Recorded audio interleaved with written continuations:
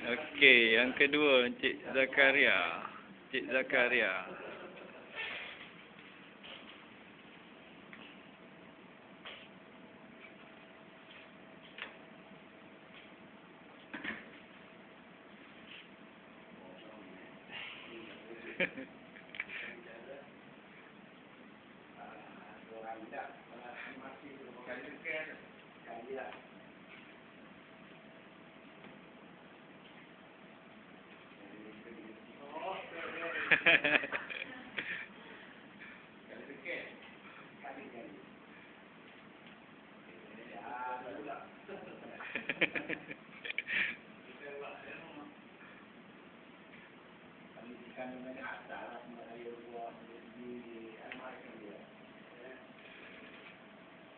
Gambar-gambar kita lebih balik.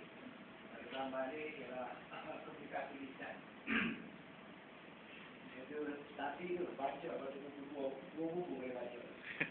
Kan? Tapi ini untuk menggunakan telefon. Sistem telefon guna ada untuk sender dengan penerima. Jadi sender tu biasa sebelah dia sudah distribute kepada audiens biasa dia equally. Ikut maksudnya dia sesuai kan idea. Apa itu pada yang penerima pula dia recording macam kita grafik balik apa dia ada terima. Tulis tulisan yang menggunakan tulisan pula ialah kalau kepala tak leher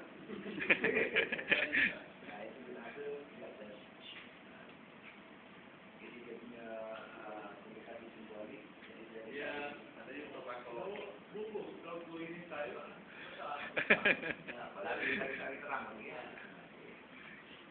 Gangguan komunikasi. Gangguan komunikasi. Contoh gangguan ialah bunyi dari sekitaran, pencerahan dari orang di diri kita interaksi. The process continues with number 4. This is the receiver, the person who gets the message. The receiver continues with number 5, the process of decoding. It's evaluating the communication and making meaning of it. It's thinking about what the person said or did and deciding what it meant. The process ends with number 6, feedback, the return message. Okey. Para juri. Komen. Blend tasik dengan background. Nanti kalau yang hitam tu sebab background tu ada gambar line-line hitam tu dia macam terlindung dia. Jadi kita kena cari font color yang kontras sikit dengan hitam. Supaya dia lebih menonjol perkataan. Ataupun mungkin kita kena blur lagi. Background.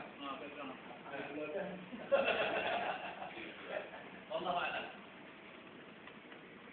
Okey. Yang lain-lain? Yang lain, juri lain.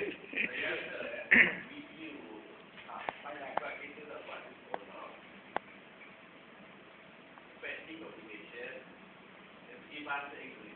Untuk nak main bahasa pendek. Untuk video apa yang ada tu nak benar untuk isi ada kan?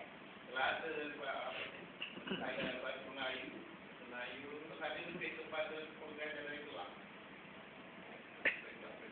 Sebab kita tak pergi ke sekolah. Sekolah ni asal bahasa dia.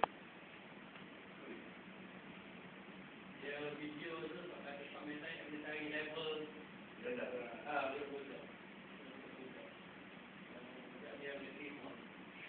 Video semua video kan? Kalau video mana? Video akhir kali tahu dia. Application dia.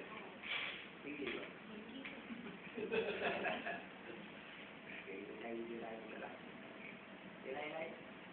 Kalau ada masa kelas ada masa kelas jadi nak Yang kelakar tu yang biasa yang kelakar yang jadi sebagai orang panggil. Nak bikin dia punya Ha. fokus balik. Kalau kita duduk tu video tu dia pula dia dah Ha. Lesi game mana game? Tak jumpa. Okey, terima kasih kepada Cik Zakaria.